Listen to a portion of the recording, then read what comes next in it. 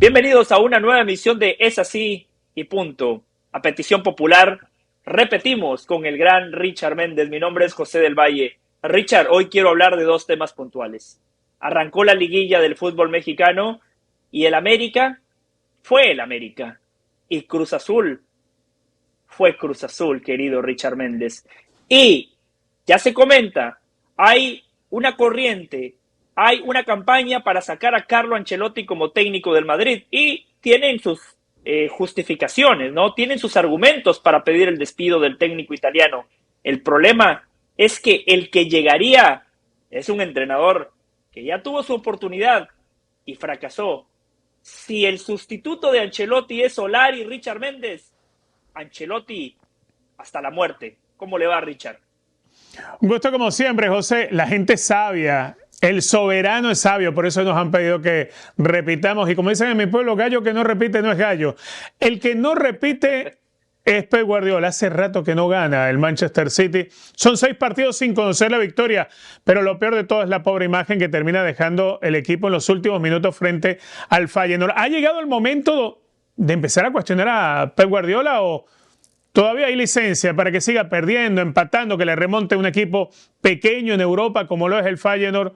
Habrá que ver si eso puede entrar hoy en el debate, como en el debate también entra el fichaje de Mbappé, porque quieranlo o no, Kylian Mbappé ha desaprovechado oportunidades a granel y estamos hablando de un futbolista por el cual el Madrid esperó 7 años. 7 años, ni siquiera los de la mala suerte cuando se te rompe un espejo.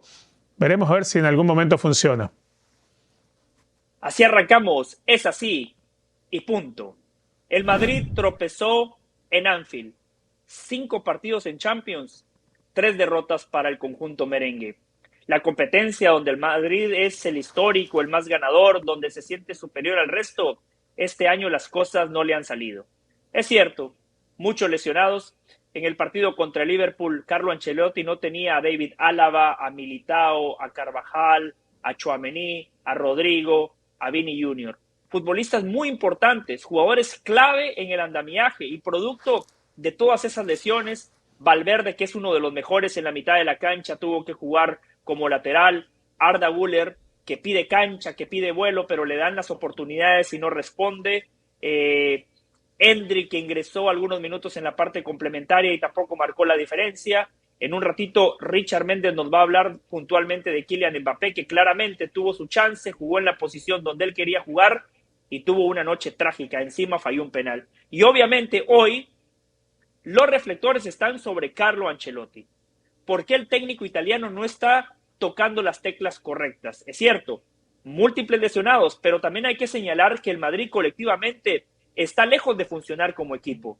Ayer vimos al Liverpool de Arne Slot, que acaba de llegar, que tiene nada más una mini pretemporada, que tiene cerca de 4 meses trabajando con los Reds, y la verdad que el Liverpool sabía qué hacer en distintas facetas del juego. Primero, a la hora de presionar, lo hacía de manera perfecta. Era una presión asfixiante que no le permitía al Madrid liberar esas líneas de presión. Segundo, cuando el Liverpool tenía la pelota, generaba oportunidades de gol y hacía a Thibaut Courtois figura del partido. Cuando se pone a ganar 1-0, el Liverpool nos muestra otra faceta, la de transiciones, con espacios, proponiendo un fútbol vertical. Es un equipo que tiene, la verdad, muchas variantes, con un entrenador que acaba de llegar. Esas variantes no se las hemos visto al Real Madrid. Por eso entiendo que uno de los principales señalados sea Carlo Ancelotti. Vini Junior no jugó este partido, en gran parte, por una mala decisión que tomó el técnico italiano. Después de 2 partidos desgastantes con la selección de Brasil, después de un viaje transatlántico y cuando el rival de turno era Leganés, lo mejor era descansar a Vini Junior y ponerlo a jugar ayer en Anfield. Ancelotti hizo lo contrario. Puso de titular al brasileño, jugó los 90 minutos y el Madrid no tuvo a su jugador más desequilibrante en un partido clave, en un partido que podía ser parteaguas. El Madrid está contra las cuerdas, 24º en la tabla general de la Champions. Si hoy se terminara la fase de la Liga, el Madrid estaría clasificando de panzazo, prácticamente por la puerta de atrás. Pero afortunadamente todavía hay tiempo. Al Madrid le restan 3 partidos, donde seguramente el equipo va a mejorar y va a enderezar el rumbo. En Liga, donde parecía que el Barcelona se había despegado, hoy el Madrid está a 4 puntos con un partido menos. De ganar ese cotejo contra el Valencia, ese partido pendiente, esa distancia que parecía para muchos definitiva, sería nada más de un punto, por lo cual hay tiempo. Encima Carlo Ancelotti tiene crédito. En el fútbol y en la vida hay algo clave que es el crédito. Después de la temporada pasada donde el Madrid, en contra de todo pronóstico, donde tuvo que lidiar con las lesiones de David Álava, de Militao y de Courtois, cuando tenía de centro delantero a José Lu, Ancelotti se las ingenió para ganar Liga y Champions. Hoy me parece que es prematuro para hablar de una posible destitución del técnico italiano. Encima, Martin Einstein, hace un mes, estábamos compartiendo con Richard Méndez en el post YouTube de Champions, y Martin Einstein hace un mes nos dijo que el plan B era Santiago Solari. Y hoy ese rumor empieza a tomar más fuerza. La verdad que sería un grave error salir de Ancelotti para fichar a Solari.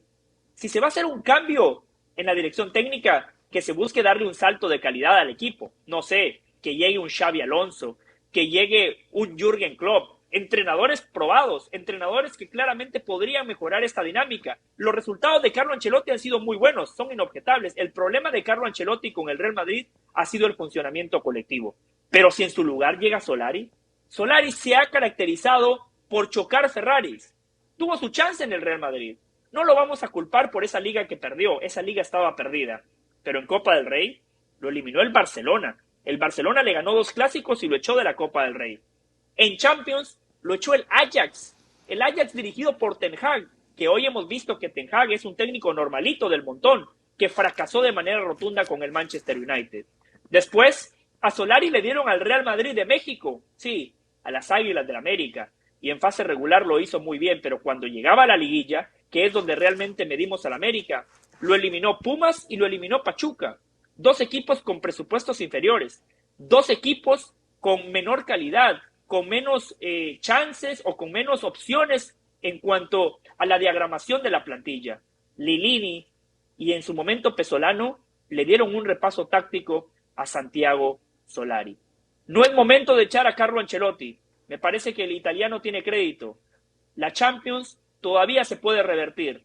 En la Liga, el Madrid está allí, a 1 punto o a 4 puntos del Fútbol Club Barcelona, dependiendo de ese partido contra el Valencia. Y si la decisión es echar a Carlo Ancelotti, le pido por favor a Florentino, en nombre del madridismo, que no fiche a Santiago Solari, porque fichar a Solari sería empeorar la versión de este Real Madrid. Es así y punto. ¿Qué temita interesante con el Real Madrid? Porque, José, uno se acostumbra a que Florentino Pérez sea el que arma equipo. El que arma equipo y el que toma decisiones por encima quizás del plan o el proyecto que pueda tener un entrenador. No digamos que Ancelotti no ha cometido errores o pecados en esa construcción de plantilla. Pero es que siempre que Florentino Pérez le correspondió estar en la presidencia del Real Madrid, él armaba el equipo. Recordemos uno muy clásico, con la llegada de Manuel Pellegrini, mientras a Pellegrini le enseñaban las instalaciones del club merengue, Florentino Pérez estaba dando de baja a la base de jugadores neerlandeses que tenía el Real Madrid en aquel momento, más allá que eran jugadores que aportaban muchísimo. Hoy en día no ha sido el hecho de dar de baja a jugadores talentosos teniendo a un entrenador como Carlo Ancelotti. Hoy en día ha sido el plan de ahorro que venía desde los tiempos de Zinedine Zidane, porque había que modernizar el Santiago Bernabéu y había que tener una base por si se le podía sacar a Mbappé, como se intentó con el Paris Saint-Germain. Eso al final de cuentas no le terminó alcanzando al Real Madrid para rejuvenecer una plantilla que, más allá de tener una gran cantera, no es capaz de sacar de esa cantera y utilizar un poco en el primer equipo. Son contaditos los casos de canteranos que hemos visto triunfar en el Real Madrid. A ver, verlos triunfar al nivel de Raúl González Blanco o de Iker Casillas, son muy poquititos los casos. En lo más reciente, de pronto podemos ver actuaciones como la de Asensio, que en Anfield Road tuvo un momento de temple cuando casi comete un autogol, pero sin embargo logró reaccionar, sacó ese amor propio de canterano. A Ancelotti le ha costado mucho darle oportunidad a los canteranos. siempre esa base tan justita, tan cortita de jugadores con los que ha trabajado en el primer equipo lo llevó a mover un jugador de un lugar a otro para tratar de resolver problemas. Es decir, levantar un hueco para tapar el otro y tratar de hacer así los remiendos. Hoy Real Madrid, sin una base de canteranos que tenga experiencia o recorrido u oportunidades en la primera plantilla, y un entrenador que se ha dado cuenta que se le han ido cayendo muchos soldaditos y que cada vez falta más tiempo para resolver los problemas. Es una situación muy compleja, José, para un entrenador como Carlo Ancelotti.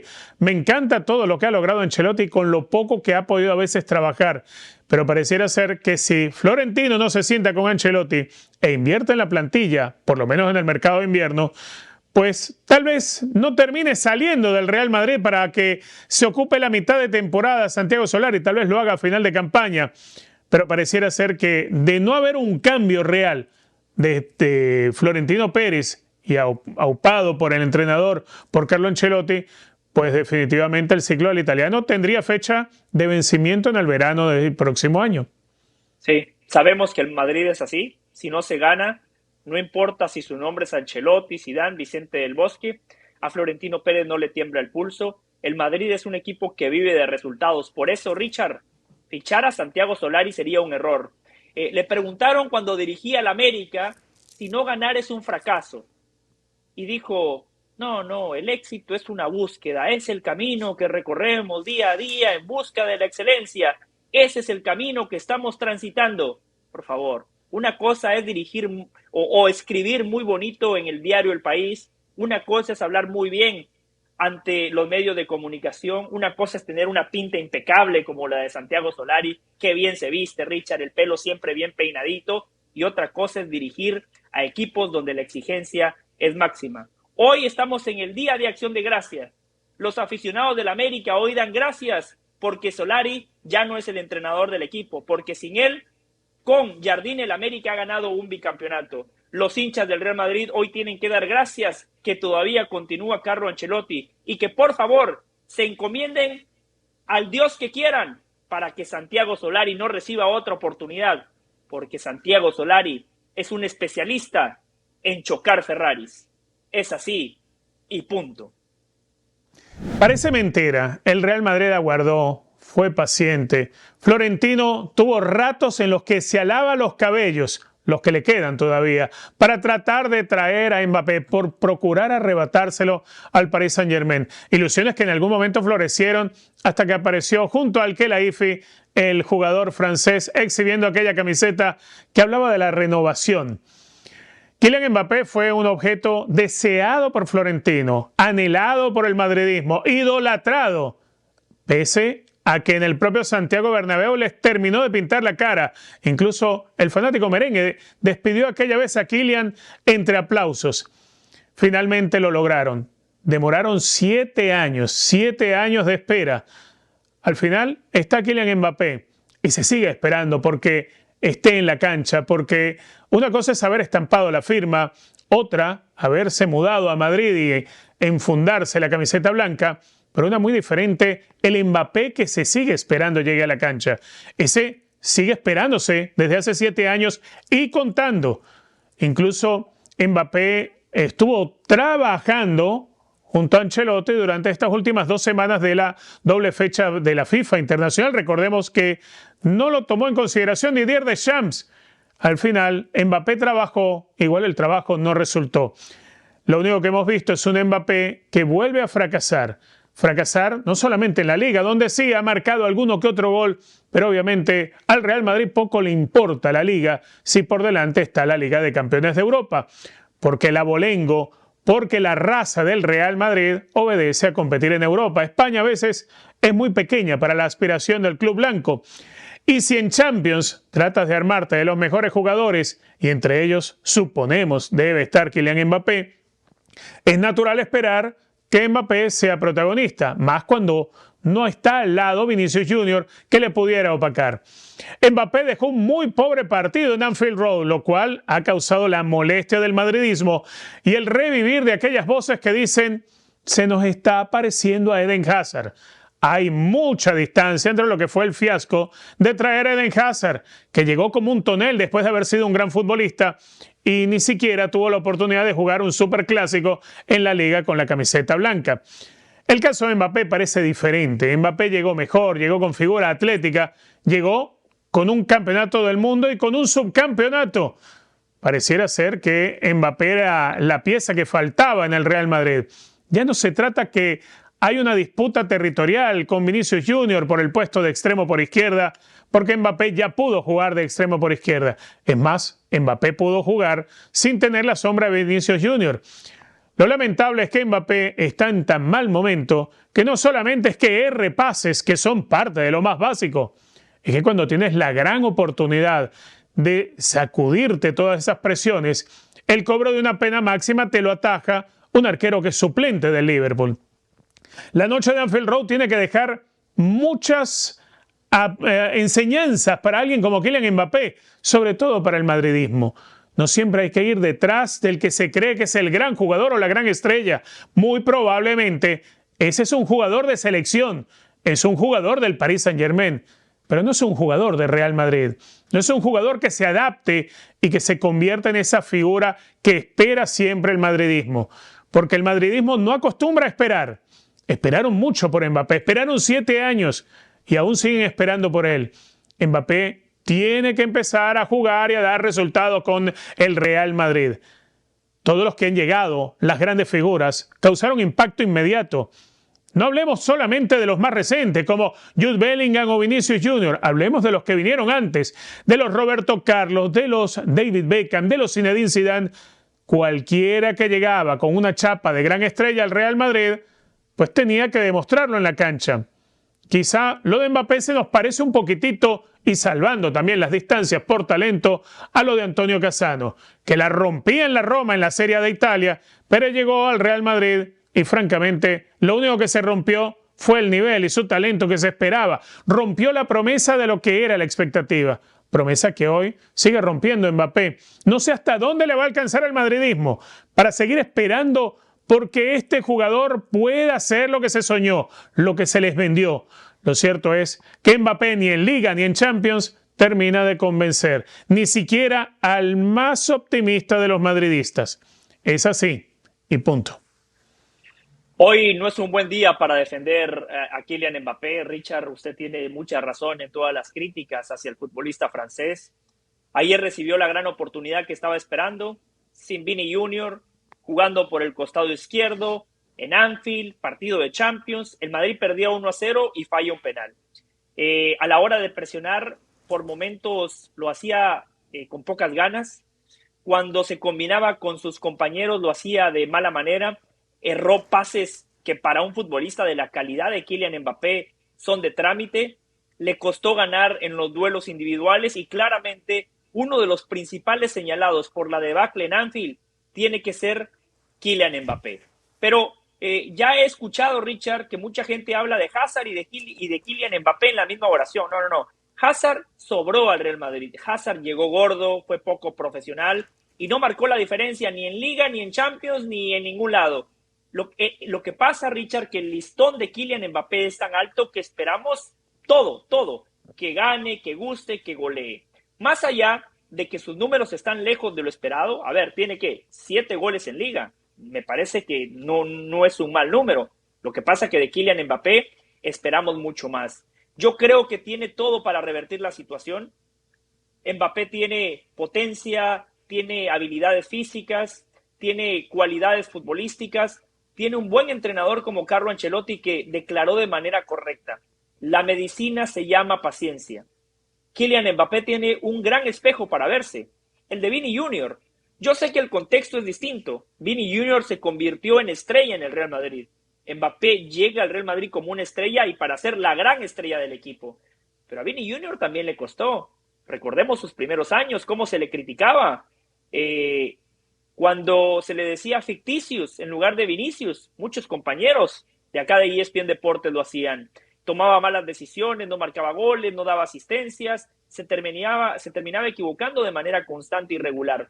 Hoy Vini Junior es de los mejores futbolistas del planeta Tierra. Ese es el camino que tiene que transitar Kylian Mbappé. Lo primero es que tiene que ser buen profesional, tiene que seguir entrenando a tope, tiene que tratar de evitar problemas extracancha como el que ocurrió con la selección nacional de Francia, una acusación muy grave la que existe en contra de Kylian Mbappé. Hay un litigio que está librando contra el Paris Saint-Germain y el dinero que le deben. Entonces son muchas cosas que quizás en este momento son factores que están distrayendo a Kylian Mbappé. Pero Richard, yo creo que un futbolista como él tiene para revertir la situación. Yo creo que lo importante no es cómo inicia una historia, sino cómo termina. Y a día de hoy, Richard, yo todavía le doy el beneficio de la duda a Kylian Mbappé. A mí me parece que todavía se puede convertir en ese gran fichaje que todos estábamos esperando. Si Kylian Mbappé tiene problemas de autoestima para encarar lo que le corresponde, para portarse a la altura de donde está, del momento que le ha tocado vivir, pues tiene que buscar ayuda, tiene que propiciar esa ayuda también al club.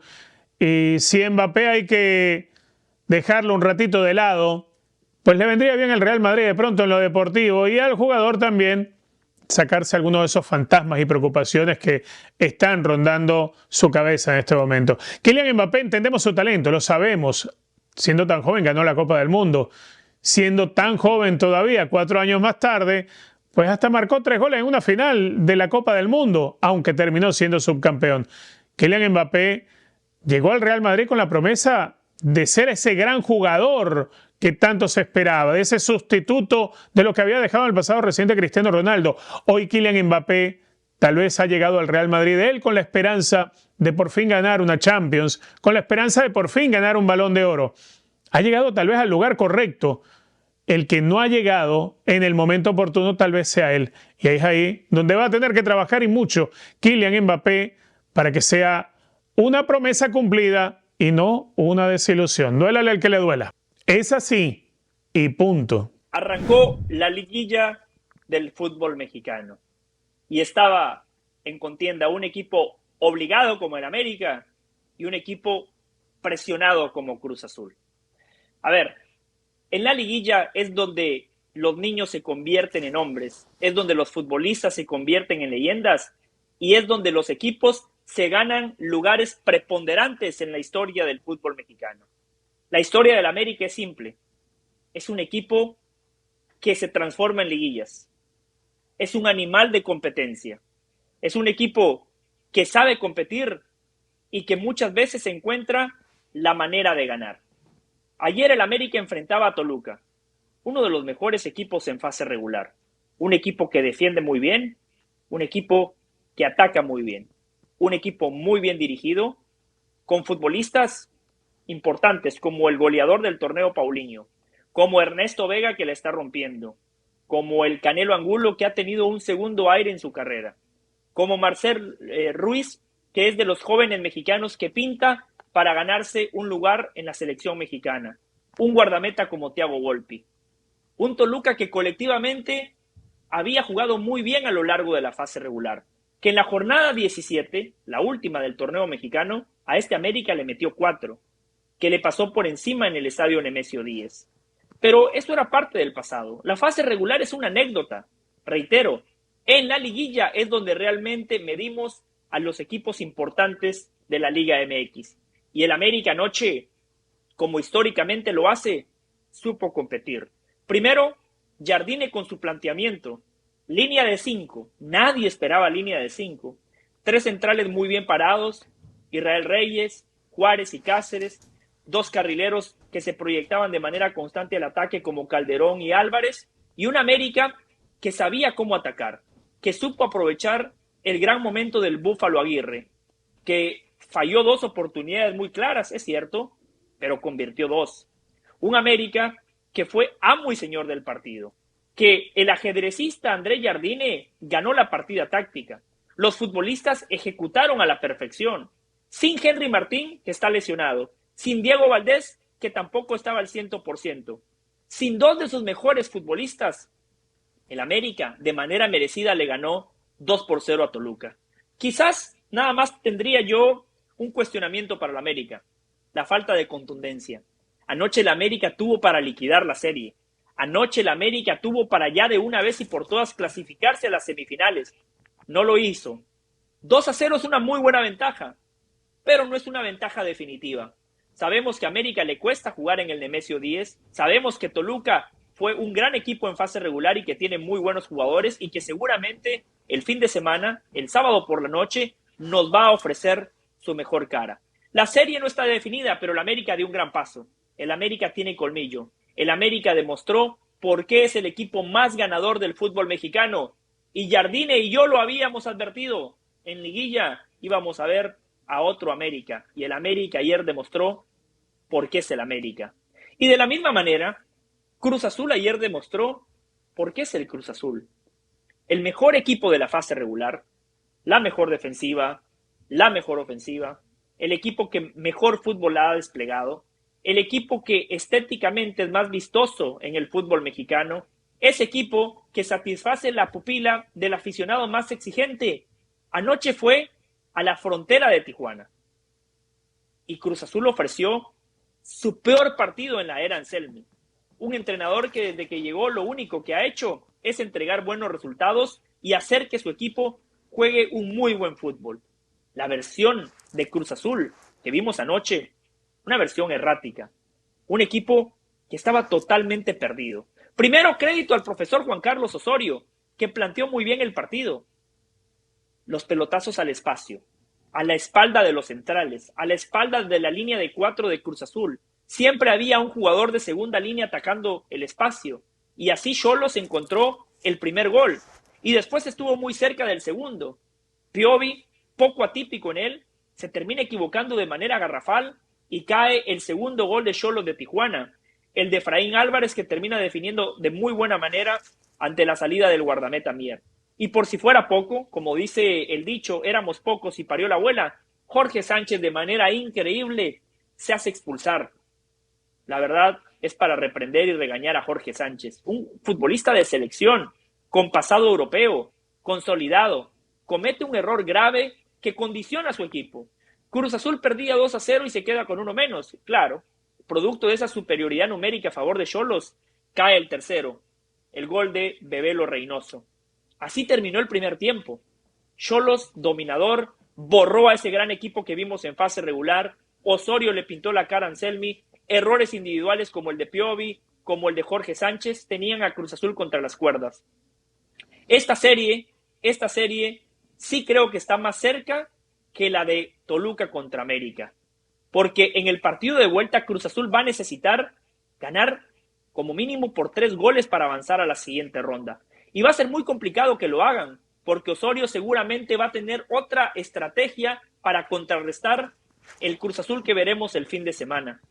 En el segundo tiempo, Xolos se dedicó a cuidar el resultado, se dedicó a tener posesión, a no descuidarse atrás y no buscó el cuarto gol. Quizás ese sea un pecado cuando hablemos del partido de vuelta, pero a día de hoy creo que una renta de 3-0 es muy buena.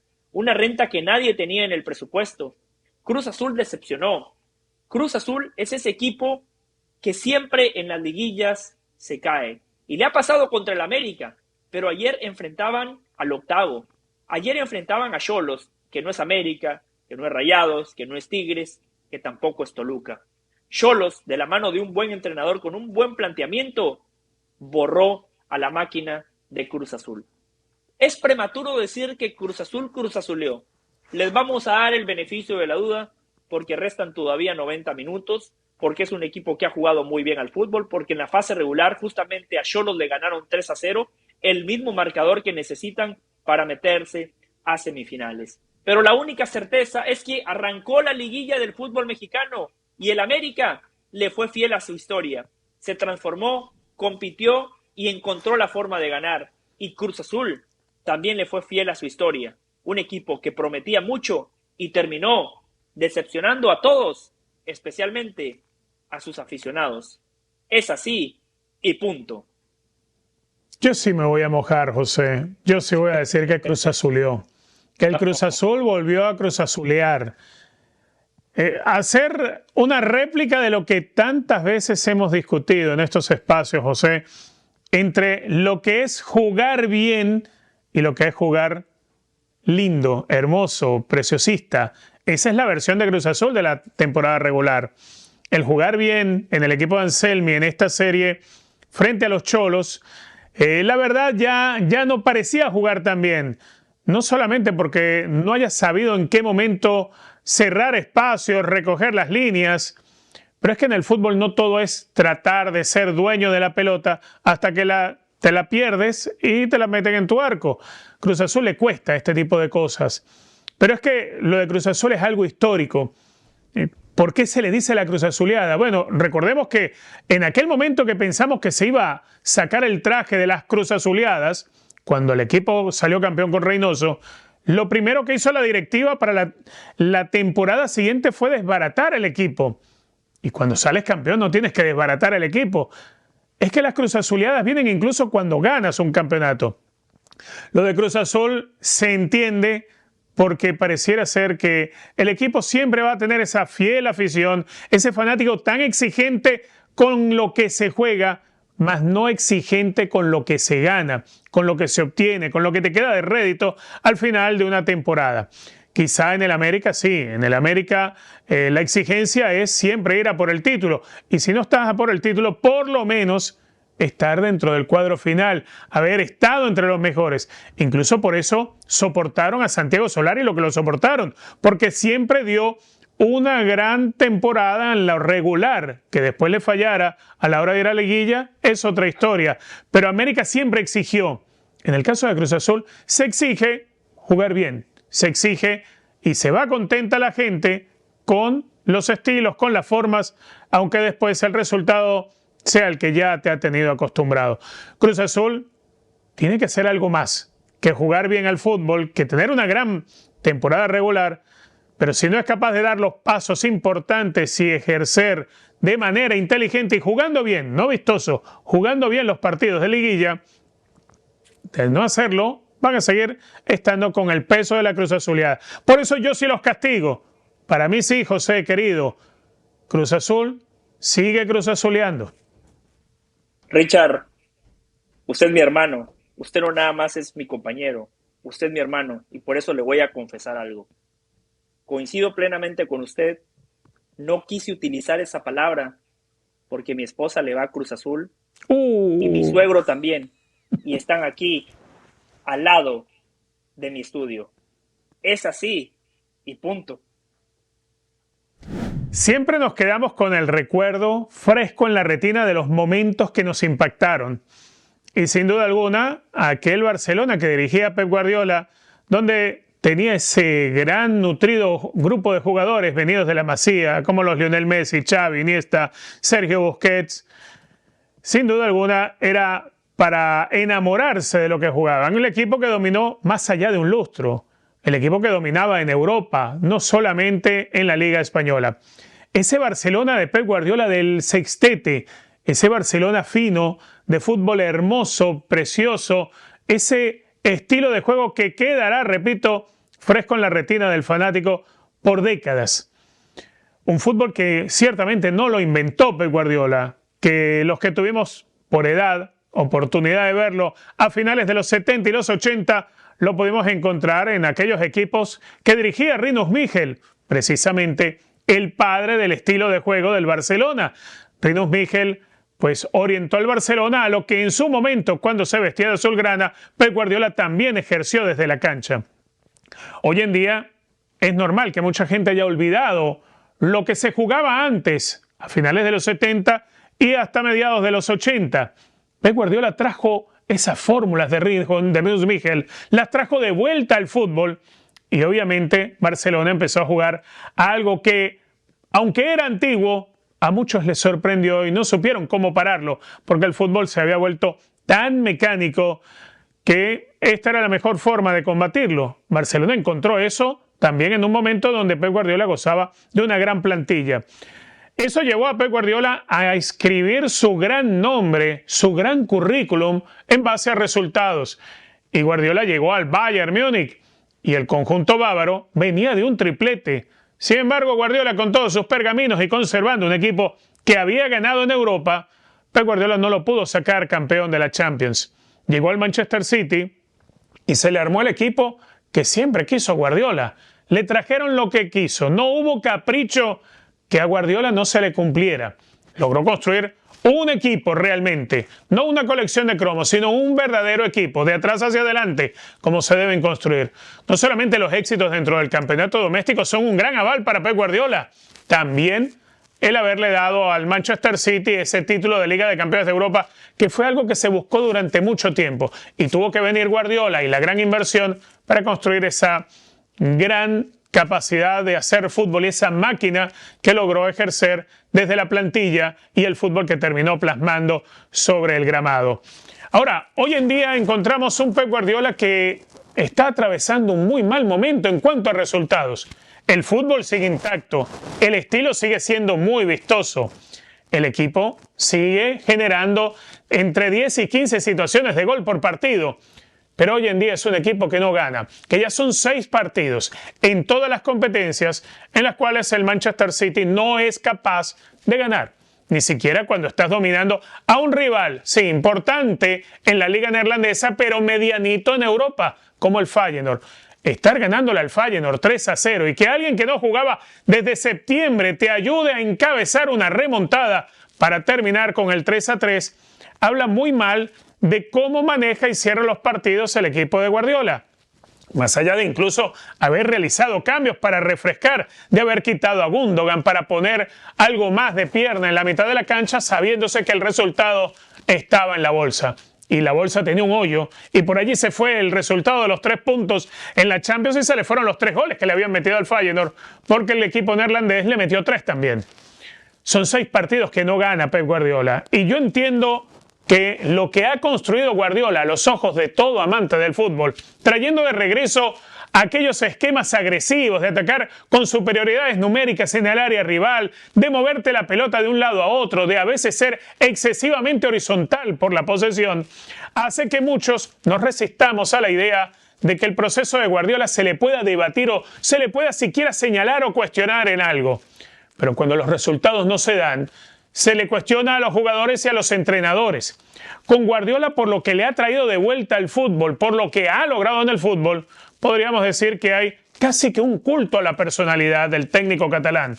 Pero la realidad es que hoy en día es momento de empezar a exigir algo más, que ya no alcanza con jugar a lo que se está jugando, que tal vez no sea conveniente ser tan vistoso y tan agresivo y descubrir tantos espacios en el fondo, porque o puedes perder el partido o te lo pueden remontar.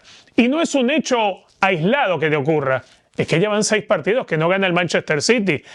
Es momento tal vez de empezar a cuestionar un poco a Guardiola, no decir que se tiene que ir del Manchester City, pero sí cuestionarse si Guardiola, dentro de tantas buenas ideas que le ha traído el fútbol, a lo mejor se le ha cruzado alguna idea que no sea tan buena y el equipo deje de funcionar de la manera correcta. No hay nadie que sea infalible. No lo hubo antes en la historia del fútbol. A veces terminamos nosotros por idolatrar a esas personalidades que hicieron grande este deporte. Y vaya que Guardiola lo ha hecho grande.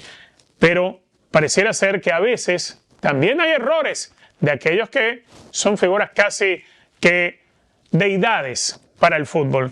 Creo que hoy Pep Guardiola puede empezar a ser cuestionado. No digo que lo echen, pero por lo menos es momento de cuestionarle que el Manchester City tiene 6 partidos que no gana y que no acostumbra a Guardiola a hacer equipos dependientes, que la excusa no puede ser que Rodri esté lesionado. Necesita pasar algo con Guardiola en la forma de jugar, necesita añadir o quitarle algo al Manchester City, pero sobre todo necesita volver a ganar, porque la Liga ya se empieza a ver de lejos. Ya hay que mirar hacia arriba al Liverpool y en la Champions también miran hacia arriba para encontrar dónde está el equipo de los Reds. Es así y punto. Yo no le rindo pleitesía a Guardiola, Richard, pero sí lo reconozco como el mejor entrenador en la historia del fútbol. Me parece que lo que le está ocurriendo al Manchester City es hasta normal, Richard. Lo que no es normal es que Guardiola se ha tardado tanto en sumar 5 derrotas de manera consecutiva. Nunca le había pasado en su historia, nunca le había pasado. Eso no es normal. El estándar de calidad que él mismo se ha impuesto es altísimo. Hay algo en la vida, Richard, y lo hablábamos en otro espacio cuando hablábamos de Ancelotti, que se llama crédito. Sí, usted tiene razón, podemos cuestionar partidos puntuales, podemos cuestionar decisiones de Guardiola, podemos cuestionar cómo el equipo se le escapa una ventaja ante el Feyenoord en Champions cuando el equipo lo ganaba 3-0. Errores de Bardiol puntualmente. Lo de Ederson en la portería me parece que pudo haber hecho un poquito más en 2 de los 3 goles que se termina comiendo el Manchester City.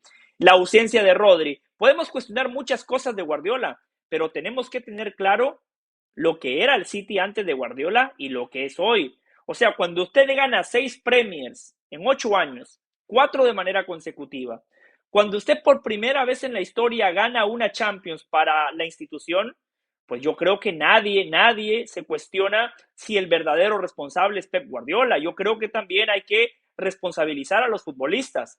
Erling Haaland, Richard, que es buenísimo, es un crack, es un 9 goleador. El fin de semana en esa derrota contra el Tottenham, partido 0-0, tuvo 2 oportunidades muy claras y las falló. Bardiol en ese partido contra el Tottenham, otra mala entrega en la salida y errores en esa zona de la cancha generalmente terminan en gol, como el que termina cometiendo nuevamente contra el Feyenoord. En el tercer gol del equipo neerlandés, ¿cómo sale Ederson, Richard?